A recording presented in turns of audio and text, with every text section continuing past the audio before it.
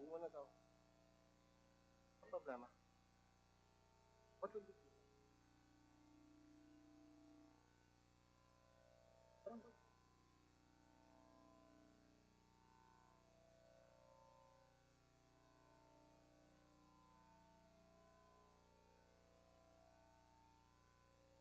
Sige, mag-sponsor tayo. Sabi mo na sa baba. Ang store leader natin si Sir Yul. Ready na kami. Tatawagan na ko yung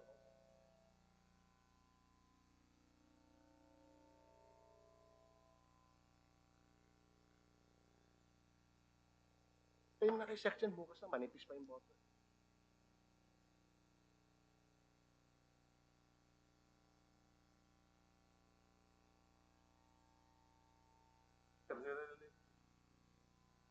Okay.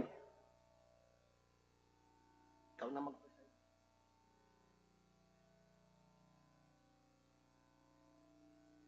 Kaya po lang, madam.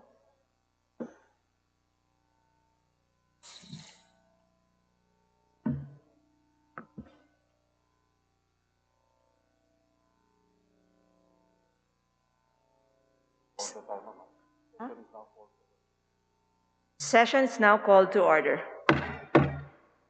Majority Leader. Madam Speaker, I enjoin all to rise for the singing of the Philippine National Anthem.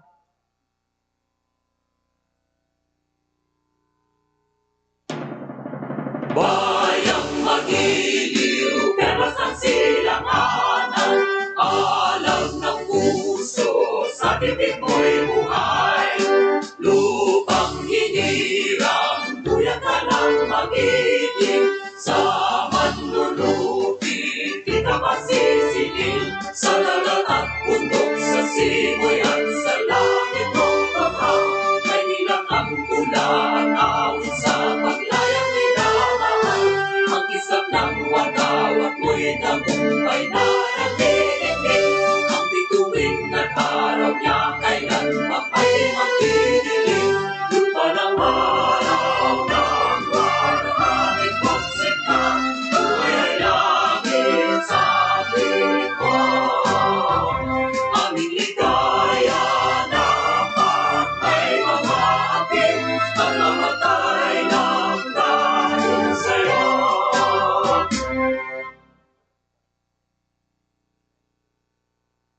Please remain standing for a minute of prayer.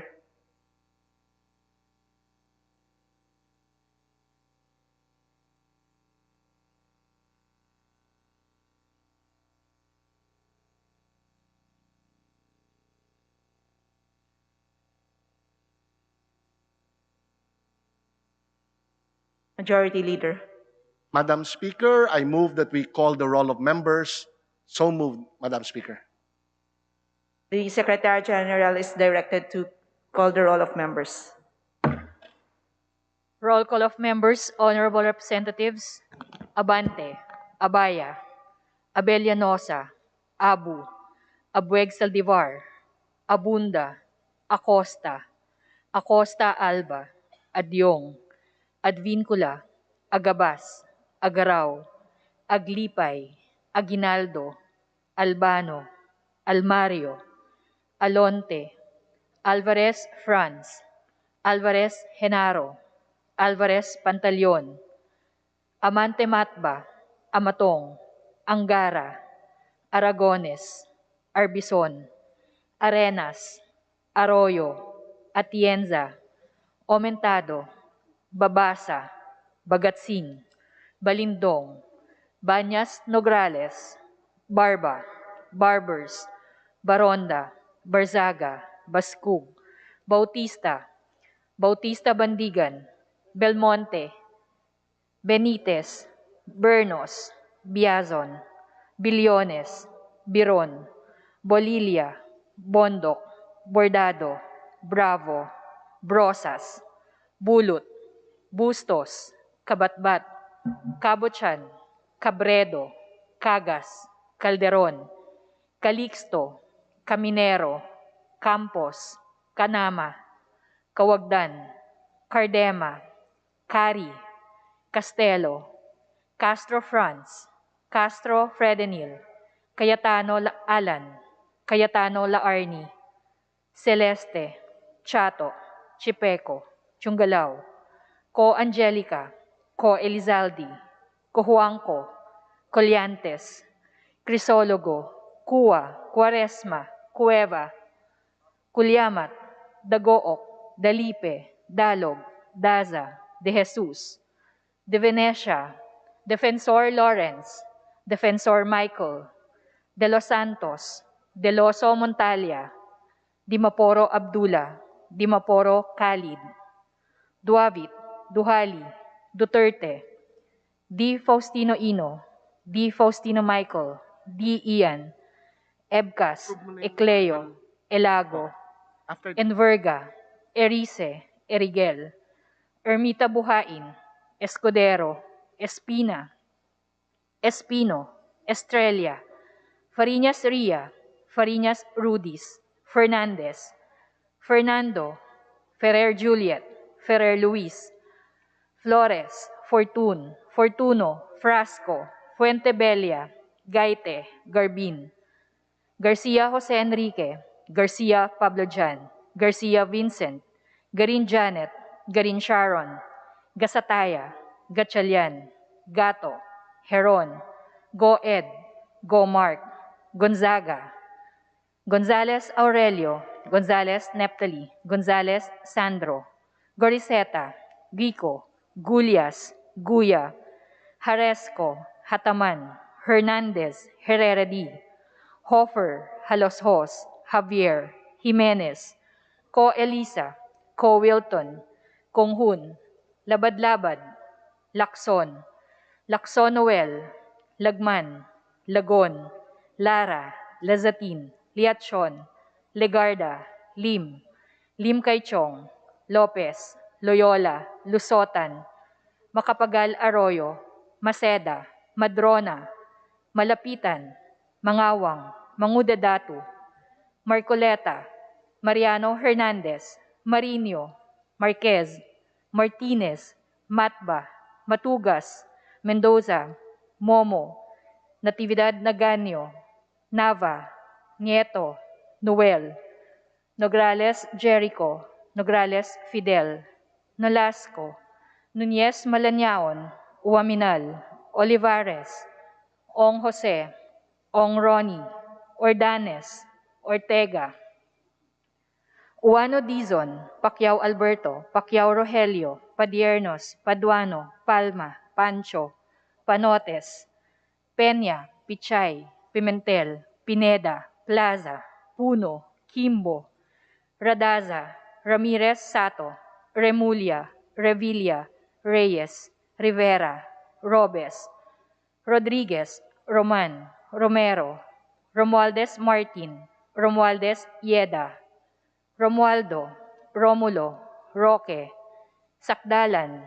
Sagarbaria, Sakaluran, Salceda, Salimbangon, Salo, Salvador Tambunting, Sanchez, Sangkopan, Santos Recto, Sarmiento, Saulug, Savellano, Siao, Silverio, Singson, Singson Mihan, Sinsuwat, Swansing Estrelita, Swansing Horacio, Suarez Aleta, Suarez David, Suntay, C. Alvarado, Taduran, Talyado, Tan Alaisa, Tan Angelina, Tan Samir, Tan Sharian, Tan Sherny, Tejada, Teves Arnolfo, Teves Jose, Tiangco, Tolentino, Torres Gomez, Tulfo, Tupas, Tutor, T. Alan, T. Diego, Umali Alfonso, Umali Victoria, Unabia, Ungab, Uy Juliet, Uy Rolando, Valeriano,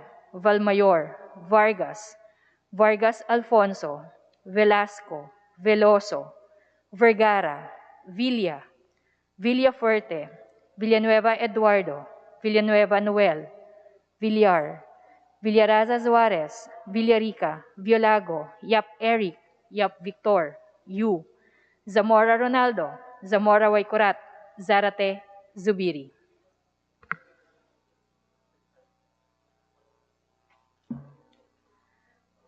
Madam Speaker, the roll call shows that 298 members responded to the call.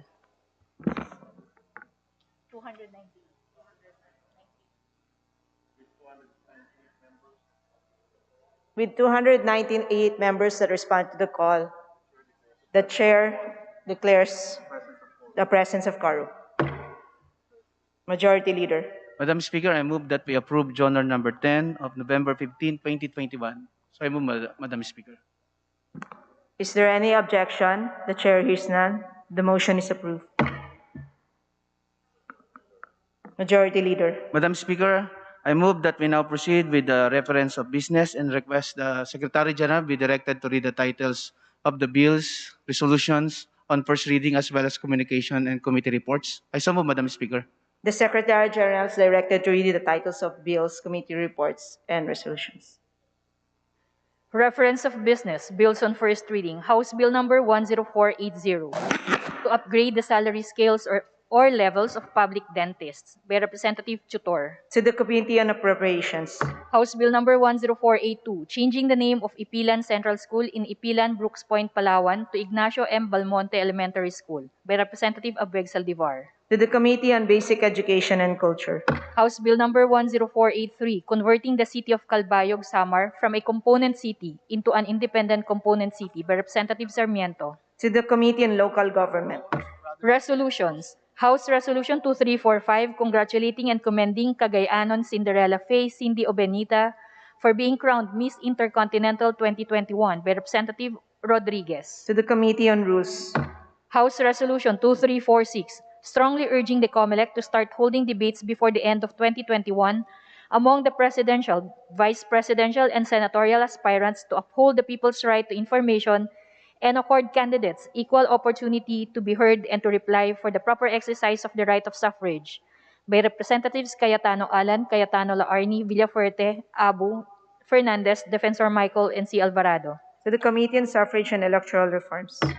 House Resolution 2347, directing the Committee on Basic Education and Culture to inquire on the guidelines of the DepEd in granting service credits to teachers and permanently removing all conditions, including the 15-day limitation for the availment of service credits by Representatives Castro Franz, Zarate, Gaite, Cullamat, Brosas, and Elago. To the Committee on Rules.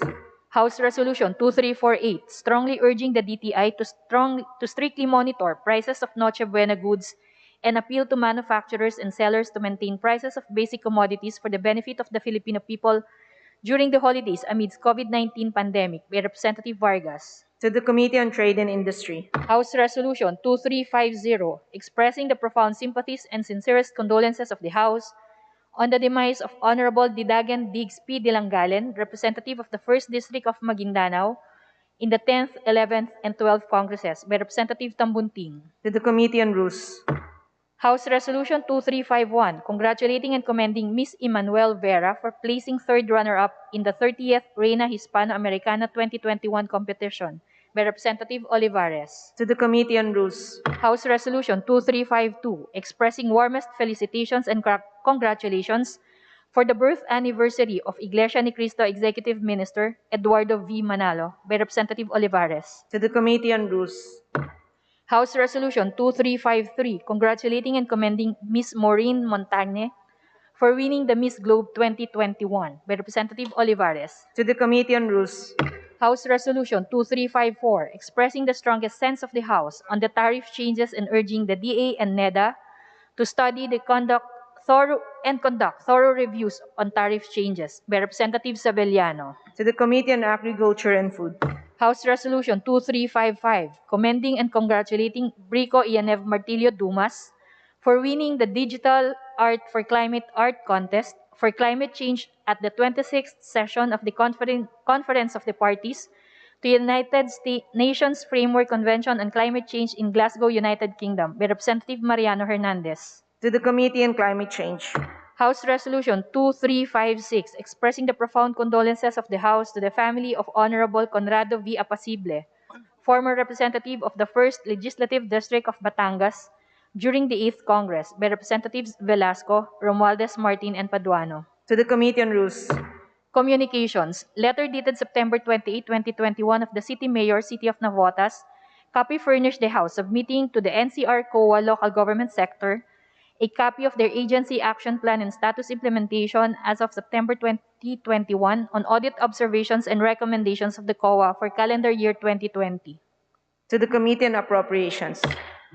Letters and emails from certain city and municipal mayors, provincial governor, and other local government officials informing the House of their reports on fund utilization and status of programs, projects, activities, implementation relative to the LGSF and the Bayanihan Grant to cities, municipalities, provinces for certain months of 2021 and fiscal year 2019 and 2020. To the Committee on Appropriations. Letter dated October 26, 2021 of the BSP Governor submitting to the House a copy of their report on the Philippine financial system for the first semester of 2021. To the Committee on Banks and Financial Intermediaries. Letters dated October 27, 29, and November 4, 2021 of the BSP Director, Office of the General Counsel and Legal Services transmitting to the House duly certified copies of certain BSP issuances. To the Committee on Banks and Financial Intermediaries. Letter dated October 28, 2021 of the DOLE Secretary submitting to the House a copy of their semi-annual report of the Philippine Overseas Labor Offices for the first semester of 2021. To the Committee on Labor and Employment. Letter dated October 28, 2021 of the LBP President and CEO submitting to the House a copy of their report on the utilization of funds for the unconditional cash transfer program. To the Committee on Appropriations. Letter dated October 29, 2021 of the NEDA Undersecretary Corporate Affairs Group notifying the House that their quarterly physical report of operations or Budget Accountability Report number 1 as of September 30, 2021 was submitted through the DBM's Unified Reporting System and uploaded to their Transparency Seal webpage. To the Committee on Appropriations.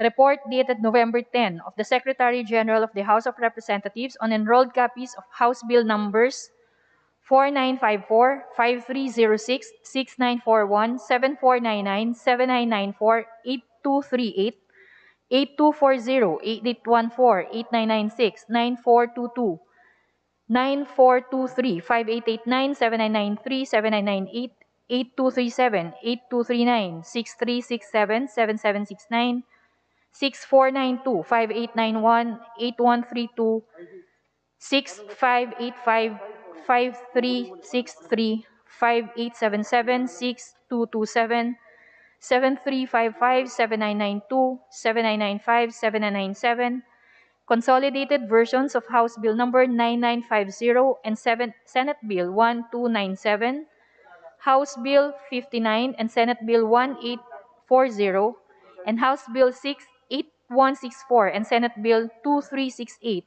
which were all transmitted to the Office of the President for His Excellency's consideration and signature pursuant to Section 18H, Rule 6 of the Rules of the House. Majority Leader. Madam Speaker, with leave of the House, I move that we open the privilege hour. Is there any objection? Hearing none, the privilege hour is now open. Madam Speaker, first to avail of privilege hour, I move that we recognize Representative Eduardo Brother Eddie C. Villanueva, Deputy Speaker of Party List Sibak, for his privilege. The Honorable Eddie Villanueva is recognized.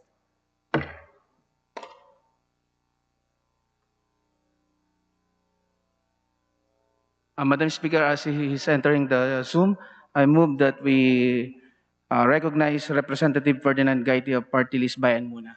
I so move, Madam Speaker. Is there any objection? Hearing none, the Honorable Ferdy Gaiti is recognized. Salamat po, Madam Speaker, sa sa Majority Floor Leader, sa mga kapwa kong kinatuan. Isang magandang hapon. Ipagtanggol ang karapatan ng mga manggagawa, defend trade union rights defenders. Kagalagaling na Speaker, mga kapwa kong kinatawan, sa ating mga kababayan sumusubaybay sa ating ngayon, isang magandang hapon. Ngayong araw, nais kong bigyan natin ng pagkilala ang ating mga magigiting na bayani na walang humpay na nagbibigay serbisyo sa gitna ng banta, ng sakit, na COVID, at sa kabila ng kawalan ng suporta ng pamahalaan. Sila'y matuturing ng mga bayani dahil kung wala sila, bagsak ang ating ekonomiya, lugbok ang ating bayan. Sila ay ating mga manggagawa. Kamakailan lamang ay narinig natin ang balita na lumobo ang bilang ng walang trabaho. Sa pinakuling datos ng Philippine Statistics Authority o PSA, umabot sa 8.9% ang unemployment rate itong Setyembre o katumbas na 4.25 bilyong walang trabaho. Ito na ang pinakamataas na unemployment rate sa loob ng isang taon. May trabaho ka nga, pero kontraktual ka naman. Isa ang kontraktualisasyon sa mga patakarang neoliberal na ipinatutupad ngayon ng gobyerno. Sa madaling sabi, ang neoliberalismo ay patakarang nagbibigay importansya sa tubo ng mga kapitalista. Ang mga kontraktual na manggagawa ay mababa ang sahod at walang sapat na benepisyo. Pabor ito sa kapitalista dahil nakatitipid siya bagkus mas malaki ang tubo na may bubulsa. Kung sahod naman ang pag-usapan, kaawa-awa ang ordinaryong manggagawang sumasahod ng arawan. 537 pesos ang daily minimum wage sa NCR. Ito na yung pinakamataas sa buong Pilipinas. Habang mas bababa pa sa mga rehiyon. 13,962 lang ito sa isang kung tutusin. Malayong-malayo sa sinasabi ng NEDA, National Economic Development Authority, na 42,000 ang kada buwan na kailangan ng isang pamilyang may 5 miyembro sa isang buwan para mabuhay ng disente. Matagal nang nanawagan ang mga manggagawa ng dagdag sahod dahil hindi sumasapat ang kanilang kinikita sa tumataas na presyo ng bilihin at serbisyo.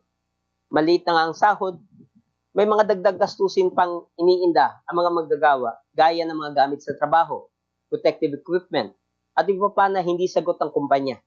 Dagdag pa, napakasahod ng kondisyon sa lugar paggawa at kung maaksidente manggagawa, wala siyang makukuhang kompensasyon dahil nga hindi siya regular kung meron man ay napakaliit. Nitong panahon ng pandemya, salat na salat ang ayudang binigay sa mga manggagawa. 1 trilyon na daw ang ginastos para sa pandemic response pero ipinagdadamot ang pondo para sa ayuda. Salot ang kontraktualisasyon at mababang sahod para sa mga manggagawa. Hindi ito sinasagot ang pangangailangan ng mga manggagawa sa kanilang pamilya. Lalong hindi ito tinutumbasan ang sakripisyo, pagod at lakas paggawa na inaalay ng mga manggagawa sa araw-araw na pagtatrabaho. Malakas ang pagtutol ng mga manggagawa sa sistemang ito, kaya naman mulat sila nakikibaka para sa kabubuti ng kanilang kalagayan. Makatwiran ang paglaban para sa mas mataas na sahod, para sa regular na trabaho, para sa sapat na benepisyo, para sa ligtas na lugar paggawa, para sa ayuda. Ang sino mang tututol dito ay kontra manggagawa at ayaw makitang mabuhay ng disente ang ating mga manggagawa. Ngunit, lumalabas, ang numero unong tumututol sa panawagang ito ay walang iba, kundi mismo ang pamahalaan. Patuloy ang nakikibaka ang manggagawa para sa kanilang karapatan at kahingian, ngunit dahas ang sinasagot ng pamahalaan. Walang pakundangan sa pagbubusabos at pagpapahirap sa manggagawa. Sa gitna ng pandemya, ang pinakamasahol ng pandaigdigang krisis sa ekonomiya, ang kalagayan ng manggagawa ay patuloy na lumalala at pinalalala pa ng patinding represyon at atake sa karapatan ng mga manggagawa. Ang nakaraang taon ay markado ng papatinding krisis sa karapatang pantao sa bansa. Ang mga manggagawa ay biktima ng maraming human rights violations o HRVs, gaya ng marahas na parusa sa mga quarantine violators, abusadong pulis at militar, illegal na pag-aaresto, pagsasampa ng gawa-gawang kaso, at brutal na pagpatay. 56 na lider manggagawa at unionista na ang napatay sa iba't ibang dako ng bansa mula nang maupo si Pangulong Duterte noong 2016. 13 sa mga ito ay nangyari sa panahon ng pandemya. Hindi pa kasama dito ang mga manggagawa na kinasuhan ng gawa-gawang kaso at nakapit sa iba't ibang kulungan sa buong bansa. Mula nung tinalikuran ni Pangulong Duterte ang usapang pangkapayapaan noong 2017, naglunsad na ito ng todo gera, hindi lang sa mga armadong rebelde, pati na rin sa mga aktivista at kritiko ng régimen. Pinirmahan ni Pangulong Duterte ang Executive Order No. 70 na siyang lumikha ng National Task Force to End Local Communist Armed Conflict o NTF-ELCAC at gumamit ng tinatawag ng whole of nation approach laban sa mga tinaguriang kalaban ng Estado. Bilyong-bilyong pondo ang inilaan sa NTF-ELCAC na ginagamit ito sa red tagging, fake news peddling, black propaganda and vilification, surveillance, harassment at intimidasyon laban sa mga aktivista, human rights defenders at mga kritiko nito. Ang militaristikong lockdown na pinatupad sa gitna ng pandemya ay minaksimisa para patindihin ang mga atake.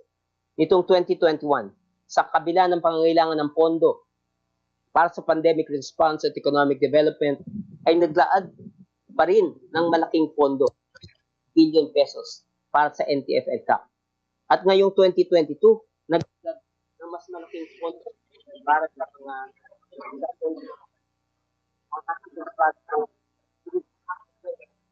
ay nagsada rin habang ang patas na ito'y malakas na lilibanan at nakatanggap ng malakas mula sa iba't ibang sektor. 37 petisyon ang tema laban sa bansa.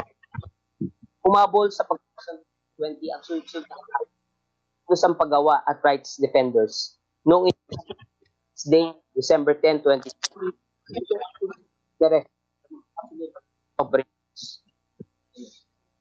anim sa kanila ay mga organizer. Ang natiling nakapiit na gawa. Dalawa ang napalaya dahil ang basihan ng eleksyon laban sa kanila. Dalawang masak sa barangay kung saan Mango natay dahil inakusahang mga rebelde. Ang Mandok Massacre sa ang pinasang habang 17 sa mga tuwangkan. Unang kwarto pa lang pila ng sabi mismo ni Pangulong Duterte that if they find themselves in an armed encounter with the kill them, so you really kill them and bring them off about your rights order to jail. Sinabi ito ni Pangulong Duterte ilang araw bago ang Bloody Sunday 2020. Ang style raids ang pulisya pagkapas lang sa Southern Tagalog. Apat na iba pa ang kasapi ang katwiran ng mga puwersa ng Estado na raw kaya at may at pasahog.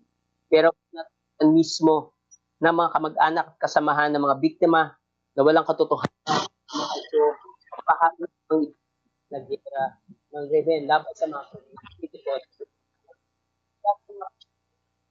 ay si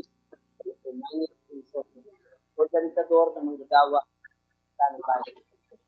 Nagtrabaho siya sa mga kumpanya sa loob ng Cavite at sa nakaranas siya ng pang-abuso ng manggagawa na nagpunto sa kanya sampa ng kaso siya sa dito ay nagpa siyang maging organisador ng mga manggagawa. Volunteer siya. Lagi siya pangulo ng solidarity ng Cavite workers. Nakapes siya nakakita sa kanyang buhay, ngunit Blood Massacre ay ang mag-asawang anak Ariel Evangelista na pawang mga lider ng ugnayan ng sa pagwawasak ng kaligtasan umalpa sa Batangas. Montalban, Youth Organized na si Mark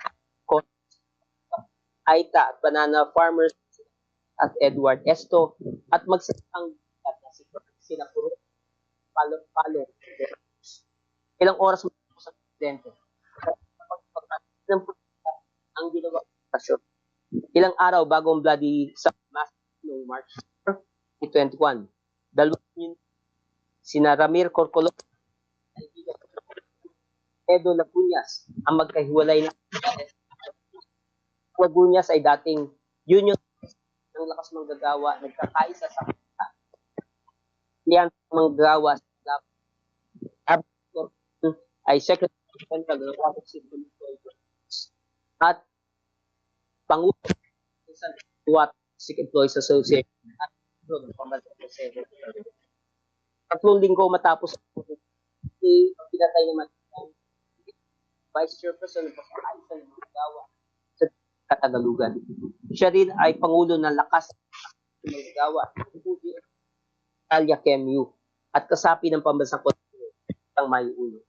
Ilang araw bago siya pinatay, dumulog pa siya human rights kasamang ibang manggagawa para ang mga kasos ng paglabag sa karapatan na nararanasan ng mga manggagawa. Ito, ang Dutch lay missionary at labor rights na si Otto de Vries mula sa Bureau of Immigration. Ito ay dahil sa impormasyon galing sa National Intelligence Coordinator o NICA sa daw ikasali sa mga aktibidad ng East Party of the Philippines. At dahil siya ay kabahagi kinakariang Communist France ng philosophy at ecumenical labor education sa ilalim ng administrasyon ni Duterte, tumindi ang kaso sa pagpuno ng DTFL Tax. Maraming mga manggagawa na nakaranas ng tagging, harassment, humiliation, at iba mga klase ng atake sa layuning ilayo sa ang mga lider at kasapi ng Union sa Wyatt Philippines, Mexiperia Philippines, Optodev Incorporated, na nasa economic zone sa Laguna, ay nakaranas ng harassment at forced disaffiliation. Sinasabihan sila magdag pa, bagamat malinaw na at ito o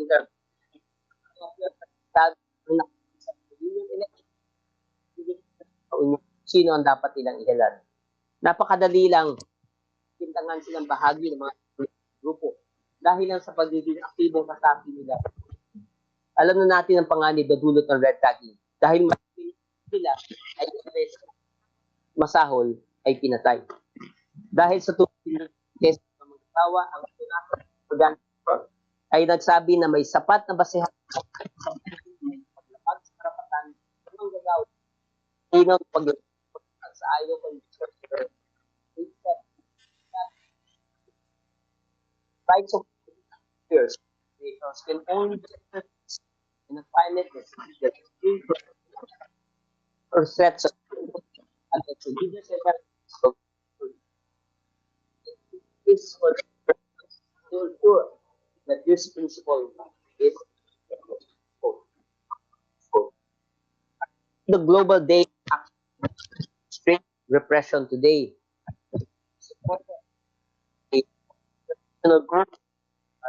Group worldwide. Let us remember the lives of workers and rights offenders who lost their struggle for better working conditions and a just and lasting peace. Sa araw na ito, bigyan natin ng parangal ang mga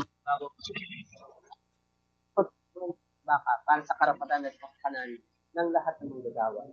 Ngayong araw, kung 8 taong ang agenda kung saan 7 manggagawang bukid ang paggigiit para sa lupa mula noon hanggang ang pakailangan mala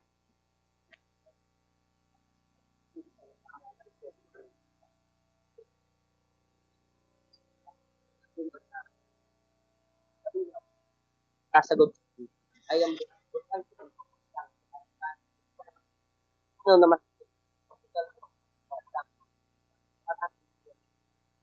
Lino na masasagot sa taas na pag-aaral ng gawa-gawang kaso. Malinaw na masasagot titignan ang walang putlan sa pananakot sa komunisadong manggagawa sa pribadong sektor at maging sa kabila ng interpretation ng manggagawa sila kato ng gobyerno. Hindi sila manggagawa dahil kaya naman nila nais ko manggagawa na buti Mulat ang mga manggagawa sa kapasidad nito isulong para sa kanyang karapatan at kapakanan. Mula ito na tanging sa sama kilos ay may pagtatagumpay ang hinihingi nila mga panawagan. Sa mahabang panahon, marami na ay laban ang mga union ng mga manggagawa para sa trabaho, lalo sa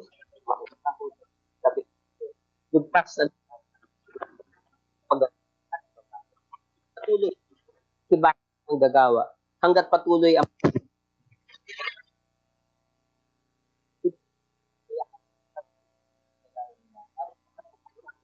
lamang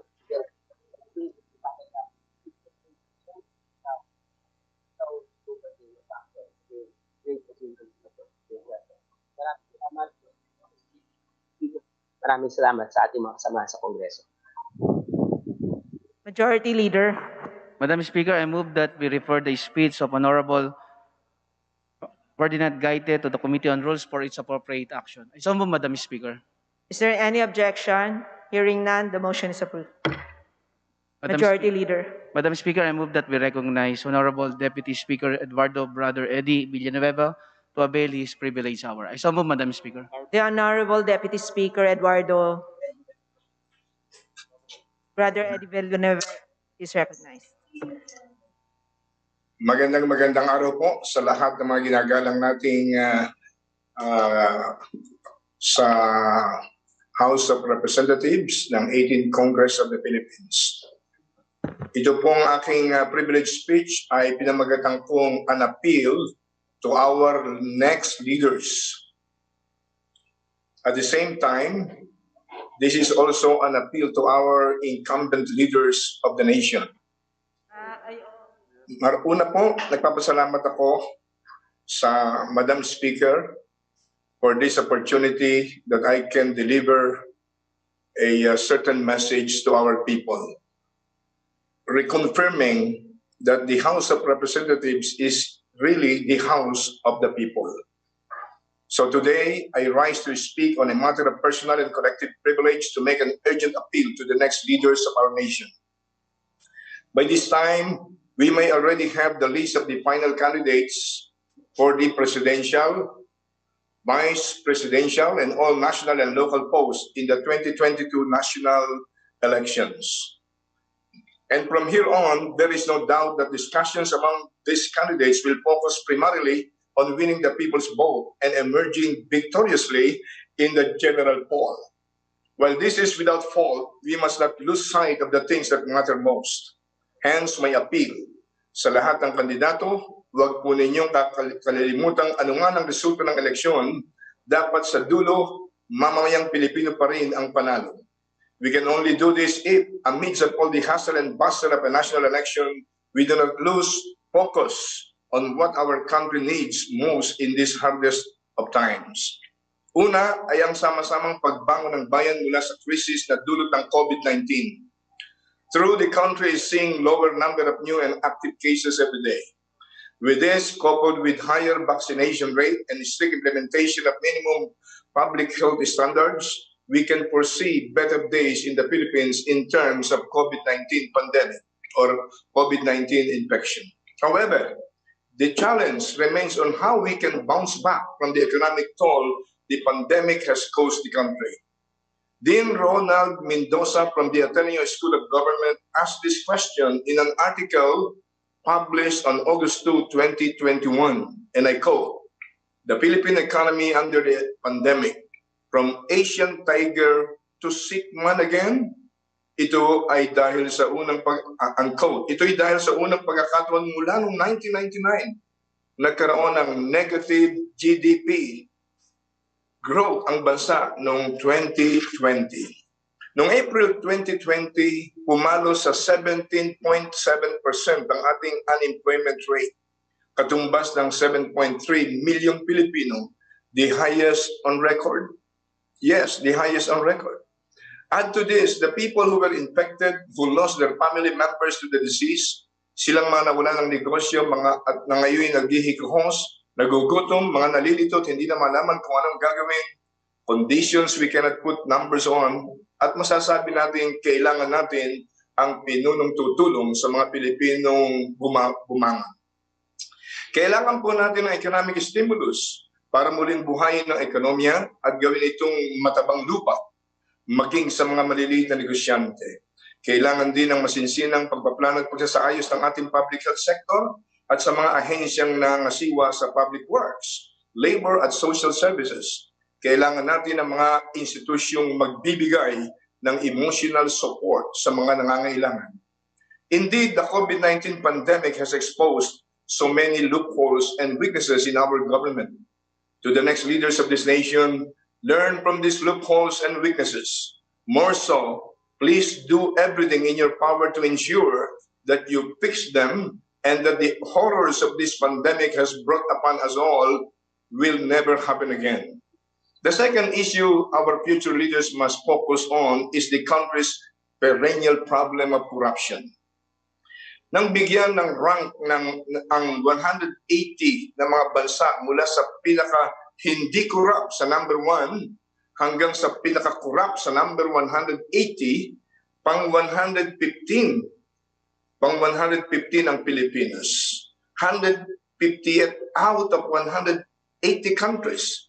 Ang ating score, 34 out of 100. Ito ay ayon sa 2020 Corruption Perception Index na nilathala ng Transparency International.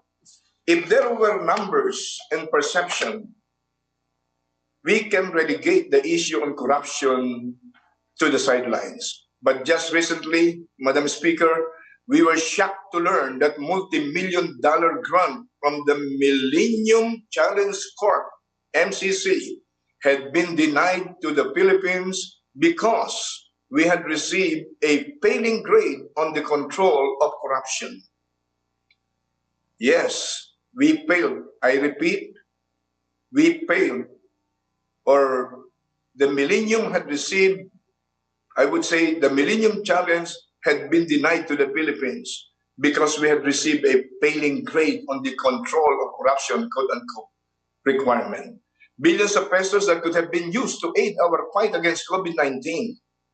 Subalit dahil sa korupsyon, ito ay serbisyo at oportunidad na naipagkait natin sa ating mga mamamayan o sa taong bayan.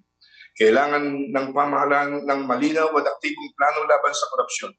Tandaan po natin, bawat halagang nananakaw sa kaban ng bayan ay itumbas ng pagkain, trabaho, tulong medikal, livelihood program, scholarship at marami pang ibang serbisyong ninanakaw sa mga Pilipino ng mga sakim sa salapi at ganid sa kapangyarihan.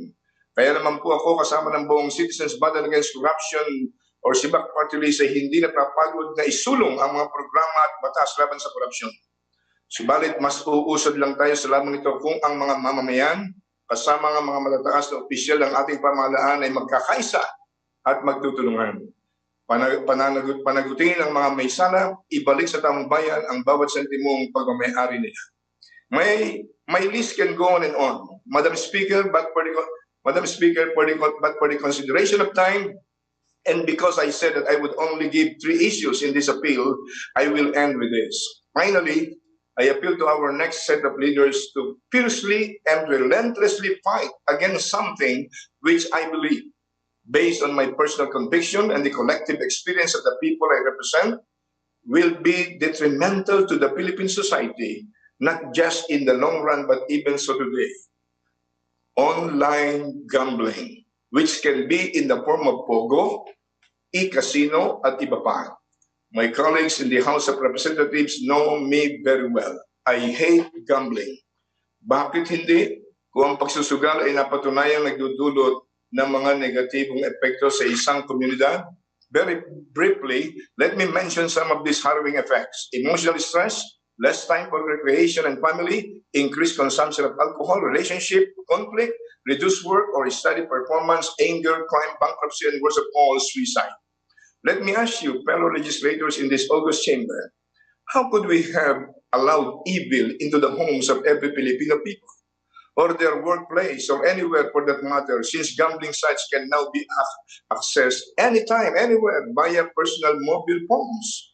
Opening gambling arenas is bad enough, subalit ang ilako natin ito sa mas maraming Pilipino sa mas mabilis na kaparaanan sa ngalan ng kita ng gobyerno, yun po'y isang napakalaking kasalanan sa taong bayan na sinumpaan natin poprotektuhan at paglilingkuran at higit sa lahat sa Diyos na nagbigay ng babala sa Colossians chapter 3 verse 6 that because of sins, greed, covetousness being considered as idolatry is one of them, and those people practicing such will surely invite the coming wrath of God. Hirap na po ang bansa. We cannot afford to suffer another crisis brought about by God's wrath because the rulers of this nation failed to curb this evil act. Online gambling proponents and operators call for quote unquote responsible and quote unquote legal gambling. They boast of verification procedures on their sites. But how can we make sure that gamblers are staying within the boundaries of what is responsible and legal and are abiding by the rules if we cannot see them behind their online identity? Hindi pa po handa ang ating national database against which we can double-check their data. We are not yet technologically capable to ensure that proper and accurate identity verification is being done online. Imagine with just a click of one's finger, practically every person can gamble. Hindi natin alam kung siya ba'y nasa hustong gulang o minor de edad, kung kanya ba ang ginagamit niyang pera o hindi, o kung siya ba'y nasa wasto pang katinuan o lulungon sa sugal at kailangan ng tulungan. There are so many loopholes and backdoors on online gambling that is more prudent to keep the doors closed for the sake of our people. You might argue that there were already gambling operations long before today. I would argue then that the time then and now are totally different. With increased dependence on the World Wide Web and a country reeling from the debilitating effects of this protracted pandemic, we have to keep a stricter guard on what we make accessible online to our general population. Not to mention that the expected revenue of the government from e-gambling will be minuscule compared to its social cost and its colossal damage to the well-being of the Filipinos. All these are not mere imaginings or blatant exaggerations. Kaliwat kanan na po ang naisusulat sa kwento ng mga taong napariwara ang buhay dahil sa online gambling. Nandiyan ang isang pulis na ninakawan ng 4 na branches ng LBC sa Nueva matapos malulong sa isang uri ng online gambling.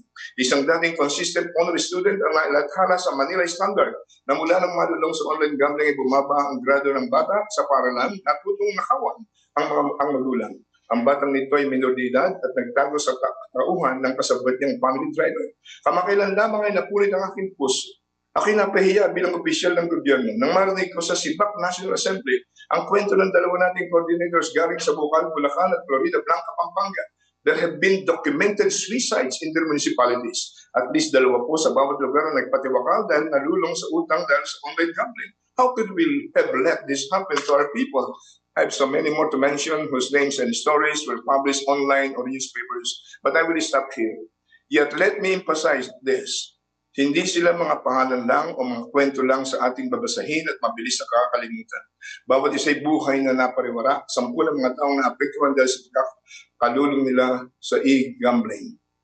Ang report came out few days ago, presenting another form of online gambling as a project that could offer ₱1 billion daily prize money. The proponent even boasted, I quote, imagine araw-araw may tansa kang manalo ng ₱1 billion, unquote. Hindi mo na kailangang magpunta sa betting center. Online na ang tayaan. From the current ₱20 bet per number combination, the price could go up 4 times, ₱100. Marahil bali lang ito sa iba. Pero sa milyon-milyong Pilipino, ito'y yaman na. At sa halip na ibili ng mga pangailangan araw-araw, ay maaari nilang ipagsapalaran online kapalit ang pagkakataong maging instant billionaire. When will we realize that e-gambling will not ever make the rich and the privileged sincerely help the poor and the needy? The amounts they give in financial aid to the poor are pittance. Tinga lang ng mga amounts na ito kumpara sa kanilang kinikita at the expense of future of our people. Sinasamantala ng e-gambling ang pangangailangan ng mga mahihirap para mas lalo pang payamanin ng mga mayayamang may-ari ng mga pasugalan nito. Inaakit nila ang mga taong makipagsapalaran para umangat sa buhay. Silang mga walang kalaban-laban kapag nalulung sa e-gambling. Wala naman pong yumayaman sa sugal. At kung may ilang naging biglang yaman, bumabalik din sa hirap dahil hindi na sila makakaahon sa kumunoy ng addiction ito. Ilang mga kabataan pang kailangan mapariwara at maligaw ng landas, Ilang mga lalaki, babae pa ang hahayaan nating isugal ang kakarampot nilang kita sa pagnanasang swertihin at makatakas sa kahirapan. Ilang mga magulang pa ang panunurin nating maglibing ng sarili nilang anak. Sa akin pong personal analysis, ang addiction sa gambling is even worse than addiction sa drugs in the long run. Why? Ang mga addiction po, ang mga addicts po sa drugs, pinapatay. Pinapatay through extrajudicial killings. Pero ang addiction po sa sugal, sila nagpapakamatay. This government went ballistic to fight drug addiction. But today, without any hesitation, and in the guise of earning more funds for the benefit of the people, we support these acts that will surely raise up a new generation of another variant of addicts, gambling addicts. This must be put to stop. Tandaan natin ang 10 Commandment ng Diyos. Covet not your neighbor's possessions, your neighbor's money, your neighbor's wives. And violating one commandment, the Bible says, is tantamount to violate all the commandments of God. And once we violate the commandments of God, we are inviting the wrath of God. To the next leaders of this nation, and also to us who are here in this August chamber, may papalaking apoy sa ating bayan na kung magpapatuloy ay siguradong tutupok sa maraming tahanan at kikitil ng maraming buhay. Binigay sa atin mga lingkod bayan ang pagkakataong mamili kung anong gusto nating ibuo sa apoy, tubig o langis. In our hands lies the chance to put a stop to online gambling or to add more fuel to the fire. Allow the e-gambling operators to continue and watch the country burn. Magtatapos po ako sa isang apela sa aking mga kababayan sa ating pagpili ng mga iboboto sa darating na halalan. Suriin nating mabuti ang kanilang pagkatao at plataforma. Sila ba'y kumilos o may plano para iahon ang ating bayan sa pagkakalugmok dahil sa COVID-19? Hindi ba sila nadawit sa anumang issue ng korupsyon o may plano para labanan ito? Sila ba'y pabor o hindi pabor sa online gambling? Let us practice genuine democracy this coming election. Katulad ng sinabi ni Abraham Lincoln, let our government be truly, and I quote, a government of the people, by the people, and for the people, and not for the vested interest view. Iboto natin ang mga kandidatong may plano sa COVID-19. Walang issue ng korupsyon at lalaban sa online gambling. Nasa kamay natin ang pagbabagong nais natin makita sa ating bansa. Huwag natin kakalimutan ang famous statement ni Edmund Burke. And I quote, for what is necessary for evil to triumph is for good men to do nothing, unquote. Ito po ay biblical pala. Nasa James 4:17, ang sabi ng Diyos, if you know the good things to do and you don't do, you sin. At sinabi sa Colossians chapter 3, verse 5:7 po, 5:6, ang sabi po rito, covetousness or greed is idolatry, and people practicing such will surely invite the coming of God's wrath. Tandaan po natin, ang God's wrath ay being extended up to first, second, third, and fourth generations. Kaya, Mark 8:35 po, huwag natin kakalimutan, sabi ni Lord Jesus, what does it profit a man if he gains the whole world and forfeits his soul to hell forever? At higit sa lahat, alalahanin natin ang preamble ng Philippine Constitution. Dito po ako magwawakas, mga minamahal kong kababayan. Paalala ko lang po, itong preamble ng Philippine Constitution ay napakahalaga. And I quote, we the sovereign Filipino people, imploring the aid of Almighty God, in order to build a just and humane society, and establish a government that shall embody our ideals and aspirations, promote the common good, conserve and develop our patrimony, and secure to ourselves and our posterity the blessings of independence and democracy under the rule of law, and a regime of truth, justice, freedom, love, equality, and peace. Do ordain and promulgate this Constitution, unquote. Maraming pong salamat at pagpalain po ng Diyos ang 18th Congress of the Philippines at ang ating minamahal na bansa. Mabuhay po kayo. God bless the Philippines. Thank you, Deputy Speaker Villanueva. Majority Leader. Madam Speaker, I move that we refer the speech of Deputy Speaker Eduardo Brother Eddie Villanueva to the Committee on Rules for its appropriate action. I so move, Madam Speaker. Is there any objections? Hearing none, the motion is approved. Majority Leader. Madam Speaker, I move that we terminate the privilege hour. Is there any objection? Chair hears none. The privilege hour is now terminated.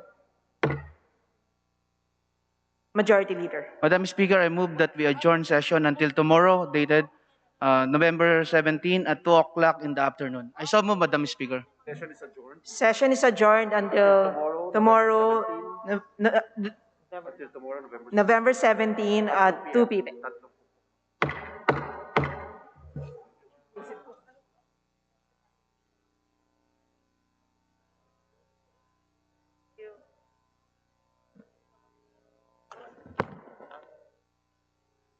Sabi ko kanina. Recording stopped.